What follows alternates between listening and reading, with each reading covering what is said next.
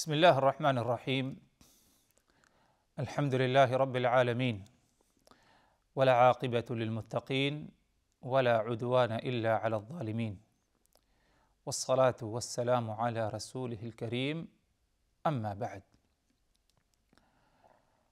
اللہ تبارک و تعالیٰ پر حمد و ثنا اور اس کے نبی کریم صلی اللہ علیہ وسلم پر بے شمار بے حد بے عدد درود السلام کے بعد، محترم ناظرین، السلام علیکم ورحمۃ اللہ وبرکاتہ۔ اذکار مسنونہ کے نام سے ہمارا یہ سلسلہ وار پروگرام اور آج کی اس نشست میں ہماری گفتگو صبح و شام کے اذکار سے متعلق جاری ہے، اور آج کی نشست یعنی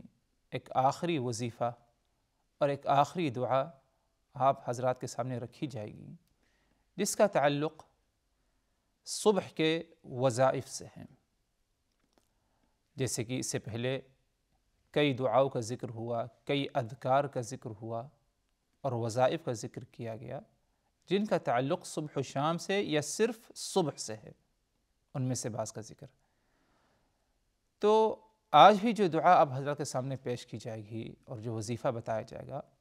اس کا تعلق بالخصوص صبح کے وقت سے ہے کہ آپ صلی اللہ علیہ وسلم جہاں بہت ساری دعاؤں کا اور اذکار کا صبح کے وقت اہتمام کیا کرتے تھے، انہی میں سے ایک ذکر اور ایک دعا، ایک وظیفہ یہ بھی ہے، جیسے کہ آپ حضرات کے سامنے ابھی یہ ذکر کیا ہے یا یہ وظیفہ کیا ہے پڑھا جائے گا۔ یہ دعا اور یا یہ ذکر یا یہ تسبیح اس طرح ہے، آپ صلی اللہ علیہ وسلم سے جو مروی ہے وہ اس طرح ہے: سبحان اللہ و بحمدہ عدد خلقہ ورضا نفسہ وزینۃ عرشہ ومداد کلماتہ۔ یہ ایک وظیفہ یا یوں سمجھیے یہ ایک اہم اور عظیم طرح کی تسبیح ہے، جس کے آپ صلی اللہ علیہ وسلم نے صبح کے وقت کیا ہے پابندی کی ہے، اور اس کی اہمیت اور فضیلت بھی بتائی ہے، اور بہت ہی بڑی فضیلت ہے۔ اللہ رب العزت مجھ کو اور آپ تمام لوگوں کو اس کی فضیلت تک پہنچنے کی کیا ہے توفیق دے۔ حضرت جویریہ رضی اللہ عنہ فرماتی ہیں، جیسے کہ صحیح مسلم کی روایت ہے، کہ نبی پاک صلی اللہ علیہ وسلم نماز فجر کے لیے گھر سے نکلے، اور اس موقع پر حضرت جویریہ اپنے مصلی پر نماز گاہ جہاں پر نماز پڑھتی تھیں ابھی ادھر ہی وہ بیٹھی ہیں، ذکر و اذکار میں مشغول، نماز کی تیاری میں۔ آپ صلی اللہ علیہ وسلم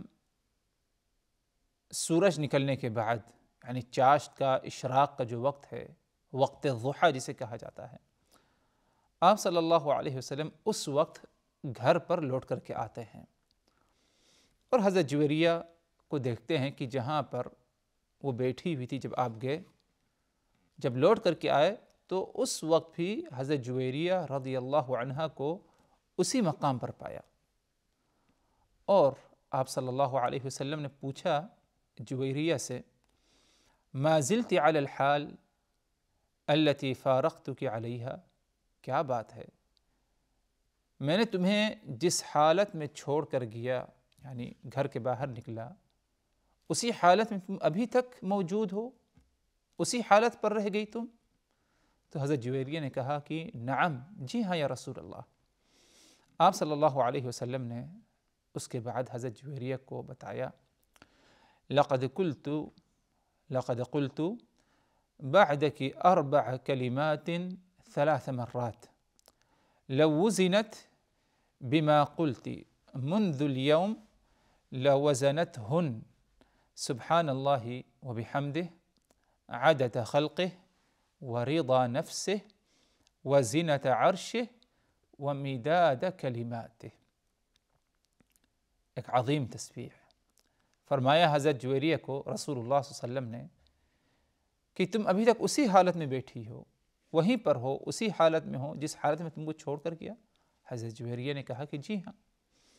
اب اس کے بعد آپ صلی اللہ علیہ وسلم فرمایا کہ جب میں ادھر سے جدا ہوا اور تمہارے پاس لوٹ کر کے آیا ہوں، اسی کے درمیان میں نے 4 کلمات کا اہتمام کیا، 4 تسبیحات کا اہتمام کیا 3 مرتبہ، یعنی 1 مرتبہ اس تسبیح کو نہیں پڑھا میں نے، بلکہ 3 مرتبہ ان 4 کلمات کا میں نے کیا ہے اہتمام کیا۔ اور یہ کلمات کس طرح ہیں، یعنی اس کی کیا اہمیت، کیا مقام و مرتبہ ہے؟ آپ صلی اللہ علیہ وسلم فرمایا لو وزنت بما قلت منذ اليوم لوزنتہن، تم نے نماز فجر کے بعد سے لے کر ابھی تک جو کچھ تم نے ذکر کیا ہے، وظائف کا اہتمام کیا ہے، ان کو ایک طرف رکھ دیا جائے اور دوسرے طرف اس تسبیح کو رکھ دیا جائے جس کا اہتمام میں نے 3 مرتبہ کیا ہے، تو یہ تسبیح، ایک تسبیح تمہارے تمام اذکار اور وظائف پر کیا ہے بھاری پڑ جائے گی، یعنی اجر و ثواب اور خیر و بھلائی اس تسبیح کے اہتمام کرنے پر جو حاصل ہے، وہ تمام یعنی ان اذکار اور وظائف پر نہیں جس کا تم نے ابھی تک کیا ہے اہتمام کیا ہے۔ گویا کہ جس تسبیح کی طرف آپ صلی اللہ علیہ وسلم اشارہ فرما رہے ہیں، حضرت جویریہ کو ابھی تک اس کے بارے میں تعلیم نہیں تھی، ان کو اس کے بارے میں نہیں معلوم تھا، جو کچھ انہیں معلوم تھا وہ انہی تسبیحات میں مشغول تھی، نماز فجر کے بعد سے لے کر سورج نکلنے تک۔ آپ صلی اللہ علیہ وسلم جب لوٹ کر کے آتے ہیں اور کہتے ہیں اے جویریہ، تم سے جب میں جدا ہوا، گھر سے نکلا اور لوٹ کر کے میں آیا ہوں، ایک وقت تھا لمبا، اسی کے درمیان میں نے 3 مرتبہ ایک تسبیح کا اہتمام کیا، 3 مرتبہ ان تسبیحات کو میں نے دہرایا۔ یاد رکھو جویریہ، اگر اس تسبیح کو جس کا میں نے اہتمام کیا اس کو ایک پلے پر رکھ دیا جائے ترازو کے، اور دوسرے پلے پر ان تمام اذکار اور وظائف، تسبیحات، ذکر کا، اذکار کا رکھ دیا جائے جس کا تم نے ابھی تک اہتمام کیا ہے، تو میں نے جن تسبیحات کا اہتمام کیا ہے وہ زیادہ وزنی اور وہ بھاری پڑ جائیں گے کن پر؟ تمہاری تسبیحات، تمہارے وظائف پر جس کا تم نے اہتمام کیا ہے ابھی تک۔ آپ صلی اللہ علیہ وسلم نے اب اس کے بعد اس وظیفے کا یا اس تسبیح کا آپ صلی اللہ علیہ وسلم نے ذکر کیا اور پڑھ کر بتایا، تعلیم دی۔ وہ کیا ہے؟ جیسے کہ اس سے پہلے پڑھا گیا تھا، آپ حضرات کے سامنے دوبارہ پڑھی جائے، سبحان اللہ وبحمدہ عدد خلقہ ورضا نفسہ وزینت عرشہ ومداد کلماتہ۔ مطلب یہ ہے اس تسبیح کا، سبحان اللہ وبحمدہ عدد خلقہ، اے اللہ، یعنی سبحان اللہ، میں اللہ تبارک و تعالی کی تسبیح بیان کرتا ہوں۔ اللہ کی ذات پاکیزہ ذات ہے، اس میں کوئی نقص اس ذات میں نہیں پایا جاتا، کوئی کمی، کوئی خامی اللہ کی ذات میں نہیں پائی جاتی۔ ہر قسم کی کمیوں سے اور ہر قسم کے نقص سے اللہ کی ذات منزہ ہے، اللہ کی ذات اس سے پاک ہے۔ وبحمدہ، اور اللہ کی تعریف، حمد و ثنا میں بیان کرتا ہوں۔ کتنی مرتبہ، کتنا زیادہ؟ عدد خلقہ، اللہ کی تسبیح اور اللہ کی حمد و ثنا عدد خلقہ، اللہ کی جتنی مخلوقات ہیں ان کے برابر۔ کتنی مخلوقات اللہ کی ہیں، انسان ان کو شمار نہیں کر سکتا، اور ادھر شمار کرنا بھی مقصد نہیں ہے، بلکہ ادھر یہ بتانا مقصد ہے کہ میں اللہ تبارک و تعالی کی تسبیح ان گنت، خوب زیادہ، جس کی کوئی گنتی ہی نہیں، بے حساب اللہ کی تسبیح بیان کرتا ہوں میں۔ عدد خلقہ، اللہ کی مخلوقات کی گنتی، جو مخلوقات گزر چکی ہیں، وفات پا چکی ہیں، دنیا سے جا چکی ہیں، ابھی جو موجود ہیں، آگے جو کچھ اللہ کی مخلوقات اس دنیا میں آنے والی ہیں، تمام مخلوقات پر اگر غور کیا جائے تو اس کے بارے میں انسان کو کوئی اندازہ ہی نہیں کتنی ہیں، صرف اللہ وحدہ لا شریک کو ہے۔ تو بندہ اللہ کی تسبیح بیان کر رہا ہے، کتنی؟ عدد خلقہ، تیری مخلوقات کی گنتی، یعنی ان گنت، بے شمار، اور جس کی کوئی شمار ہی نہیں، میں اس طرح اے اللہ تیری تسبیح بیان کرتا ہوں۔ آگے ورضا نفسہ، اور اللہ تبارک و تعالیٰ کی رضامندی کے برابر میں اللہ کی تسبیح بیان کرتا ہوں۔ اللہ کی رضامندی کے برابر، اللہ کی کتنی رضامندی ہے، اللہ کتنا راضی ہوتا ہے اپنی مخلوقات سے، بندے کو اس کے بارے میں نہیں معلوم۔ اللہ کی رضامندی، اللہ کی رحمت، مہربانی اپنے بندوں پر، اپنی تمام مخلوقات پر ان گنت ہے، اس کی کوئی گنتی ہے ہی نہیں۔ اتنا زیادہ اللہ تبارک و تعالی اپنے بندوں پر مہربان ہے، رحمت شفقت والا ہے۔ تو بندہ تسبیح بیان کر رہا ورضا نفسہ، اللہ کی رضامندی اور اللہ تبارک و تعالی کی طرف سے جو مہربانیاں، احسانات، انعامات صرف انسانوں پر نہیں بلکہ اپنے تمام مخلوقات پر پائی جاتی ہیں، اور جو مستقبل میں پایا جائے گا، بندہ اس طرح کی اللہ تبارک و تعالیٰ کی کیا تسبیح بیان کر رہا ہے۔ وزینت عرشہ، اور اے اللہ عرش الہی کا جو وزن ہے اس کے برابر میں تیری تسبیح بیان کرتا ہوں۔ اللہ تبارک و تعالیٰ کی تمام مخلوقات میں سب سے زیادہ بھاری مخلوق عرش ہے، عرش الہی، جس پر اللہ کی ذات مستوی ہے۔ تو بندہ تسبیح بیان کر رہا ہے وزینت عرشہ، اللہ کے عرش، عرش الہی کے وزن کے برابر، یعنی تسبیح بیان کرتا ہوں، ایک عظیم تسبیح بیان کرنا چاہتا ہوں۔ جس طرح تیرا عرش ایک بھاری مخلوق ہے، اس سے زیادہ کوئی وزنی نہیں، اسی طرح اے اللہ بھاری قسم کی، وزنی قسم کی کیا ہے، میں تیری تسبیح بیان کرتا ہوں۔ آگے ومداد کلماتہ، اور اسی طرح اے اللہ تیرے کلمات کی گنتی، تیرے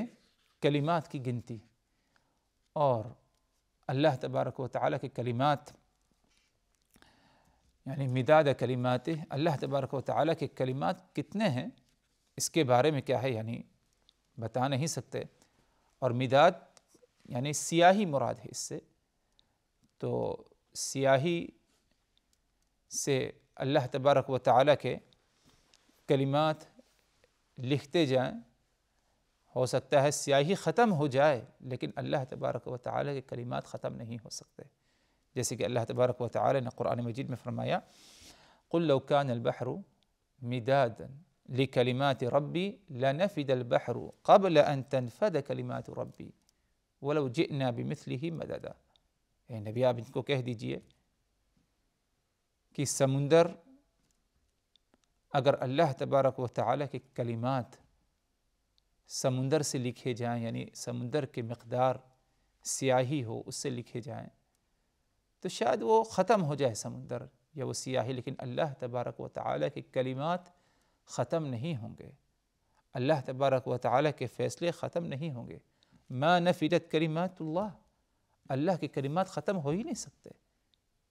تو بندہ تسبیح بیان کر رہا ہے ومداد کلماتہ، اے اللہ تیرے کلمات کی کیا ہے گنتی، جس کا کوئی حساب نہیں اور نہ تو ختم ہونے والے ہیں، اور ہمیشہ اللہ تبارک و تعالیٰ کے کلمات کیا ہے، باقی رہنے والے ہیں۔ تو یہ اس تسبیح کا مفہوم ہے۔ کون سی تسبیح؟ جس کے بارے میں آپ صلی اللہ علیہ وسلم نے حضرت جویریہ رضی اللہ عنہ کو تعلیم دی کہ سبحان اللہ بحمدہ عدد خلقہ ورضا نفسہ وزنت عرشہ ومداد کلماتہ۔ اس تسبیح کی پابندی آپ صلی اللہ علیہ وسلم نے صبح کے وقت کی ہے، اور کتنی مرتبہ کی ہے؟ 3 مرتبہ آپ صلی اللہ علیہ وسلم نے صبح کے موقع پر اس تسبیح کا اہتمام کیا ہے۔ اور اس کی فضیلت کیا بتائی کہ حضرت جویریہ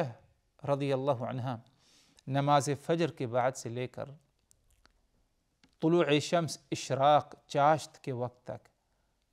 اللہ تبارک و تعالیٰ کی تسبیح میں اور اللہ تبارک و تعالیٰ کے ذکر میں وظائف میں مشغول تھی۔ آپ صلی اللہ علیہ وسلم آئے باہر سے، حضرت جویریہ کے پاس داخل ہوئے اور کہا کہ اے جویریہ، تم نے ابھی تک اس مدت میں جو کچھ کلمات اور جو کچھ اذکار کی تم نے پابندی کی ہیں، یہ تسبیح ان تمام تسبیح سے زیادہ بھاری ہے، یعنی اجر و ثواب کے ناحیے سے۔ تو جس طرح ہم باقی اذکار اور وظائف کی پابندی کرتے ہیں اور اللہ تبارک و تعالیٰ سے توفیق بھی طلب کرنی چاہیے کہ اللہ تعالیٰ ہمیشہ اس پر قائم دائم رکھے، پابندی کرنے کے ہمیں برابر کیا ہے اس کی توفیق دیتے رہے، انہی اذکار میں انہی وظائف میں ہمیں اس کا بھی ذکر کرنا چاہیے اور اس کو بھی اسی میں کیا ہے شامل کر لیں ہم، کہ جب صبح ہو نماز فجر سے ہم فارغ ہوں تو طلوع شمس سے پہلے پہلے ہم اس تسبیح کو پڑھ لیں، اور وہ یہ کہ سبحان اللہ وبحمدہ عدد خلقہ ورضا نفسہ وزینت عرشہ ومداد کلماتہ۔ یقیناً اس تسبیح کی پابندی کرنا اور پابندی کے ساتھ اسے پڑھنا، اس میں بہت ہی زیادہ خیر اور بھلائی ہمارے لیے پائی جاتی ہے۔ تو اللہ تبارک و تعالی ہم سبوں کو اس تسبیح کو پڑھنے کی توفیق دے۔ اب ہو سکتا ہے زبانی ہم میں سے ہر ایک کو نہ یاد ہو، تو زبانی ہی پڑھنا یہ کوئی شرط نہیں ہے، یعنی یہ شریعت آسان شریعت ہے، اس کو مشکل نہ بنایا جائے۔ تو زبانی یاد نہیں تو یہ کوئی بہانہ، جائز بہانہ ہمارے لیے نہیں کہ ہم اس کی پابندی نہ کریں، بلکہ اگر کسی پیپر پر آپ لکھ لیں، کوئی کتاب ہو، آپ اس میں سے دیکھ کر پڑھیے اور پابندی کے ساتھ پڑھتے رہیے۔ ہر دن پڑھتے پڑھتے آہستہ آہستہ خود بخود یہ یاد ہو جائے گی، لیکن اس کی پابندی ہم کریں، اور اس لیے دیگر جو اذکار اس کا ذکر ہوا ان کی بھی ہم پابندی کریں۔ یہ رہے محترم حضرات، اگرچہ یعنی کئی حصوں میں اور کئی ملاقات میں صبح و شام کے اذکار آپ حضرات کے سامنے پیش کیے گئے، لیکن یہ بے حد کیا ہے، یعنی ضروری قسم کی کیا ہے اذکار ہیں، اور تمام اذکاروں میں، تمام وظائف میں سب سے اہم وظائف اگر دیکھے جائیں